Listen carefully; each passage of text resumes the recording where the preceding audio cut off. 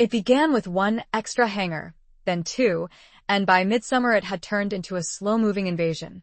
My half of the wardrobe started to shrink as Michelle's half grew, a tide of fabric that advanced quietly across the closet rail.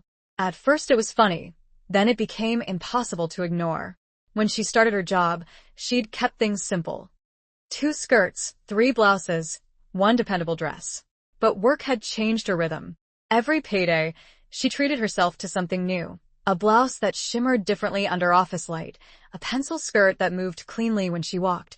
They noticed details at work, she said one evening, arranging hangers by color.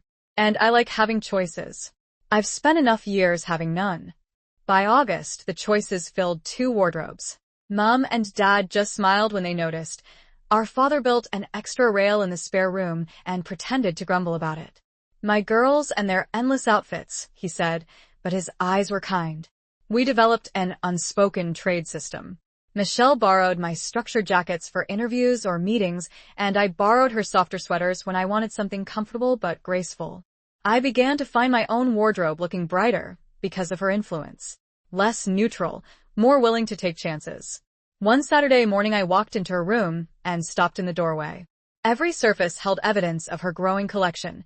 Dresses folded in stacks by fabric type, shoes lined up by heel height, hangers clipped with coordinating scarves.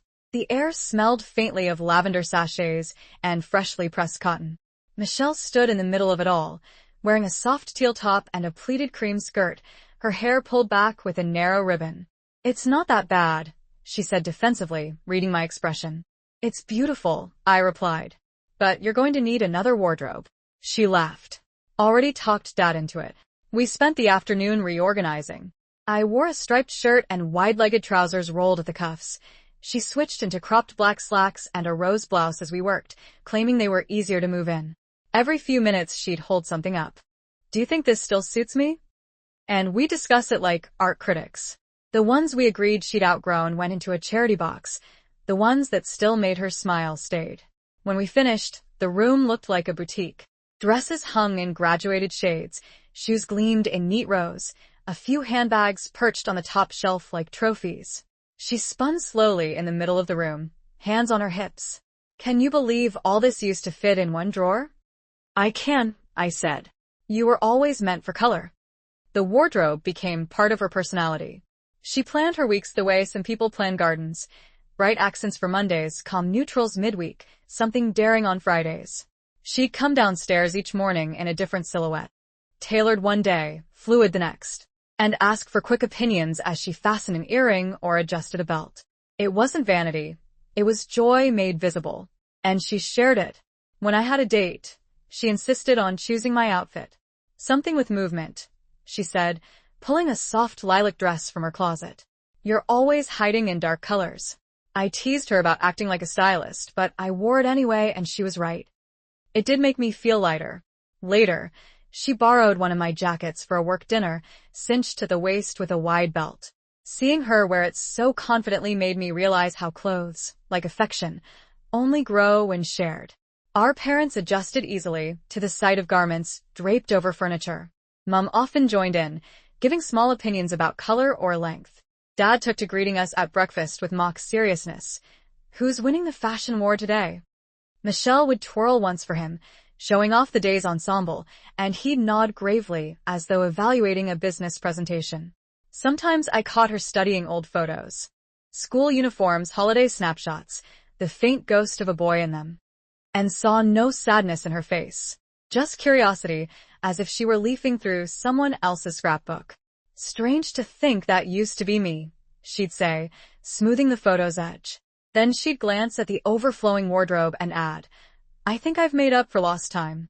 One evening, while folding laundry, I asked if she ever worried it was too much. Too many clothes, too much emphasis on appearance. She looked up from a stack of neatly pressed blouses. "It isn't about looks," she said. "It's about recognition. Each piece reminds me that I exist the way I want to." There was wisdom in that. For her, the wardrobe wasn't a collection. It was a timeline. The early dresses were soft and tentative, the mid-years polished, and the recent ones confident, bold. Hanging together, they formed a story of becoming. By winter, we'd both surrendered to the shared chaos of fabrics and hangers. Some mornings she'd appear in my cardigan paired with her own skirt. Other mornings I'd realize halfway through work that the scarf around my neck wasn't mine at all. It didn't matter. Our styles had begun to blend, the way families sometimes start to share expressions or gestures. On a Sunday near Christmas, we were wrapping gifts together. She in a deep green sweater dress, me in soft cream trousers and a wool jumper. When Mum came in and said, "You two look like opposite ends of a ribbon," Michelle laughed and threw a scrap of wrapping paper at her. "That's because we keep swapping pieces. And maybe that's what sisters do. Exchange what fits, pass along what inspires, keep making space for each other's changes." Her wardrobe overflowed, yes, but so did our lives. Brighter, louder, woven through with fabric, laughter, and the kind of understanding that no one outgrows. By the time the next spring rolled in, Michelle moved through the world as if the ground had always been waiting for her. There was a confidence in her step. Heels clicking like punctuation marks in a sentence she was finally proud to write. It wasn't just transformation anymore, it was routine. Her life had rhythm now, measured in mornings before work and evenings with friends, in the exchange of laughter, streetlight, and music. Every weekday began with her steady ritual. The house woke to the faint sound of hangers sliding on a rail, followed by the hiss of an iron. She dressed for work with quiet precision. Tailored skirts, pressed blouses, modest jackets that curved neatly at the waist. Her preferred colors had softened, grays, creams, blues that reminded me of clear sky after rain. She'd stand before the mirror and add the final detail. Subtle earrings, a touch of gloss. Then check the line of her shoes before heading out. Her work shoes were sensible by her standards. 4-inch heels that lifted her posture without slowing her stride. She could walk all day in them and often did, by the time she returned home, but it was on the weekends that her full brilliance showed. Friday evenings were a kind of celebration. After dinner, her room filled with the glow of the vanity light, the scent of perfume, the sound of music rising softly from her speaker. Her wardrobe had become an instrument, and she played it with flair. Metallic skirts, sleek dresses that caught the light, jackets that shimmered when she moved. She never rushed. She savored the process.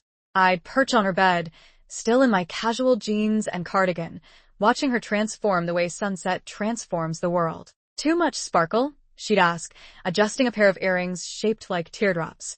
"Never too much," I'd reply, and it was true. Her friends usually arrived just after dusk. 2 women from work and a small circle from college. I liked them instantly. Cheerful, respectful, utterly comfortable with Michelle. They'd greet her as though she'd always been part of their world, trading compliments and inside jokes as they gathered in the hallway. The air would fill with laughter and the faint scent of hairspray before the door closed behind them. Through the window, I'd sometimes catch a glimpse of them walking down the street, heels tapping in unison under the streetlights. Michelle's silhouette always easy to spot. Upright, confident, the motion of her skirt carrying rhythm like music. Saturdays belonged to the city. She and I often spent the mornings together running errands. Her in a flowing blouse and slim trousers, me in something simpler. We'd stop for coffee, browse shop windows, sometimes pick out new clothes for both of us, though they usually ended up in her closet. In the afternoon, she'd meet her friends again, this time in something bold. A fitted dress, a short jacket, heels that gleamed under the sun. Confidence was her comfort. Evenings were for adventure. Sometimes they went dancing, other times to small cafes that turned into music bars after dark. She'd come home late, shoes in hand, humming half a tune, her eyes still bright with the night. I'd be waiting up with tea, pretending not to be, and she'd sink onto the sofa beside me, still radiant even as she unpinned her hair. "You should have come," she'd say. "You'd have loved it." "Maybe next time," I'd answer, though part of me liked just being the listener. The chronicler of her joy. But her life wasn't only glamour. There were quiet days too. Sundays spent in leggings and oversized sweaters, curled on the sofa reading or painting her nails. She loved those pauses, the same way she loved the anticipation of going out again. "Even the quiet feels right now," she told me once. "It used to feel like waiting. Now it feels like resting." I remember one Sunday evening in particular. The The two of us were sitting outside as twilight deepened, our mugs of tea sending little spirals of steam into the air. She was wearing a long cardigan over a soft blue dress, her hair loosely tied, bare feet tucked under her. The heels were by the door, waiting for tomorrow. She looked utterly at peace. "Do you ever think about how far you've come?" I asked. She shrugged, smiling. "Every time I get ready to go out. I used to wonder if I'd ever belong anywhere. Now I walk into a room and I just belong." It wasn't boastful, it was simple truth. She'd learned to live without shrinking. Her colleagues noticed too. Invitations began appearing on her desk. Birthday dinners, after-work drinks, small gatherings that included her without hesitation. She became known for her impeccable taste and unfailing kindness. I once overheard Mum say to Dad, "She's the same child we raised, but more herself now." Dad only nodded. "You can see it in the way she stands. The way she stood." Yes, said it all. The heels, the clothes, the late nights with friends. They weren't vanity or display. They were language. They spoke of ownership, of the right to be seen. And, in that language, Michelle was fluent. On her dressing table sits a photograph from one of those nights, a group of friends caught mid-laughter, all leaning toward one another.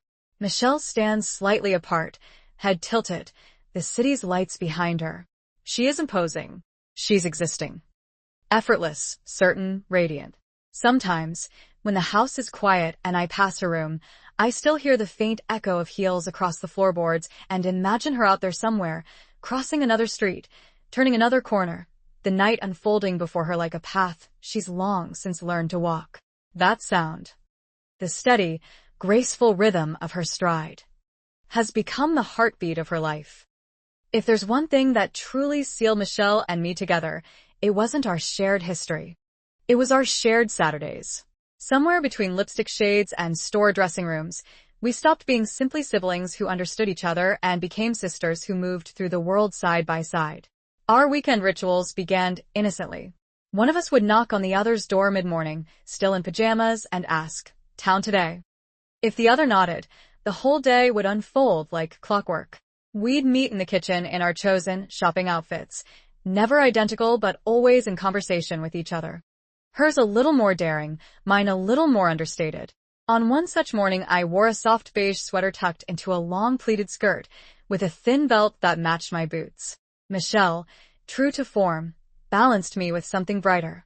A moss green blouse tied at the collar, fitted trousers, and sleek-heeled boots that clicked a cheerful rhythm on the tiles. She'd already done her makeup. Clean lines, faint shimmer on her lids, a touch of color on her lips. I'd barely brushed my hair. "Sit," she said, gesturing to the stool in her room. "You can't go out like that." I laughed but obeyed. The vanity was cluttered in the way artists' tables are cluttered, palettes arranged by mood rather than logic, brushes of every size, compacts opened like seashells. Michelle stood behind me, focused, her reflection intent in the mirror. "You always go too pale," she murmured, mixing a tone on the back of her hand. "You need warmth, something that says awake, not accountant." When she finished, I looked less tired and more deliberate.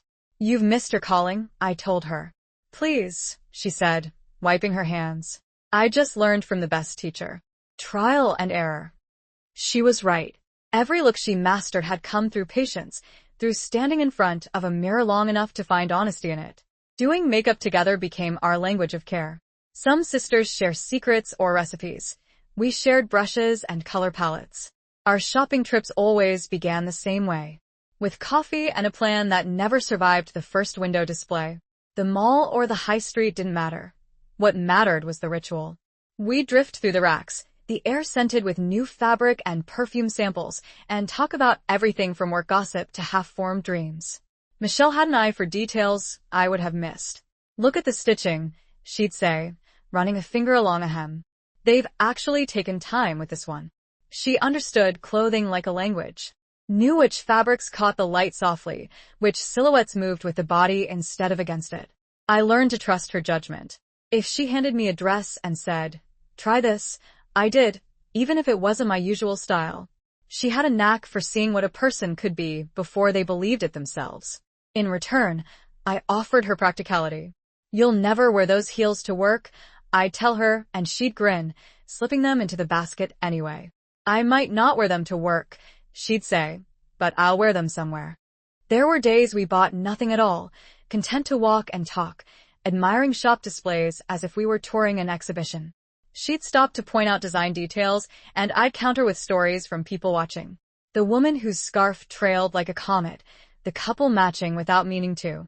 By late afternoon, we'd collapse at our favorite cafe, arms full of shopping bags or none at all, and order tea with too many pastries. I'd watch her sip from her cup, careful not to smudge her lipstick, and marvel at the ease that now defined her. The girl who once flinched when anyone looked her way could now hold a stranger's gaze and smile. Sometimes I caught people staring at her. Not unkindly, just drawn in by her composure. And I felt a quiet pride. Our shared rituals weren't limited to shopping. Before family dinners, we'd set up what Mum jokingly called the salon. A flurry of brushes, curlers, and laughter in the bathroom. We'd trade tips while helping each other get ready. Michelle's precision balanced my impatience. My calm steadied her excitement. "Do you remember," she'd say while lining her eyes, "the first time you caught me trying on your clothes?"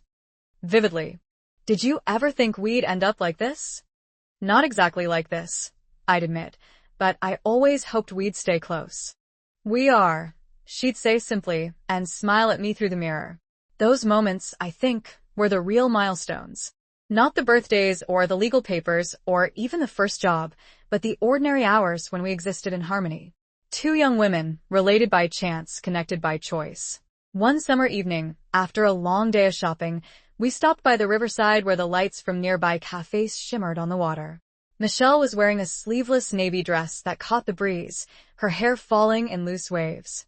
I'd chosen a pale sundress printed with tiny flowers. We stood there, side by side, our reflections rippling together on the surface below. "I like us," she said suddenly. "I like us too," I answered. "Do you ever think people notice? That we're sisters? That we're happy?" I looked at her, the glow of streetlights soft against her face, and said, "I hope they do." From that night on, the phrase sister outings became a kind of household shorthand. Dad would hand us the car keys on Saturday mornings and ask, "Another sister outing?" Mum would smile and tell us to bring home something nice. And we always did. Sometimes clothes, sometimes stories, sometimes just the simple comfort of having shared another day. Even now, when life pulls us in different directions, I think of those weekends. Of the way she'd tilt her head when deciding between two shades of lipstick, or the way her laughter would fill the fitting rooms until even strangers smiled.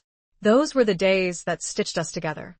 Not as siblings bound by history, but as sisters bound by choice and affection. And when I open my wardrobe and see the scarf she convinced me to buy, or the jacket she swore looked better on me than on her, I can almost hear her voice again, bright and certain. "Come on, we're going out. Let's make the world a little prettier today." Don't stop now. See what happens next. Subscribe for more every week. Hit the bell and stay part of the story.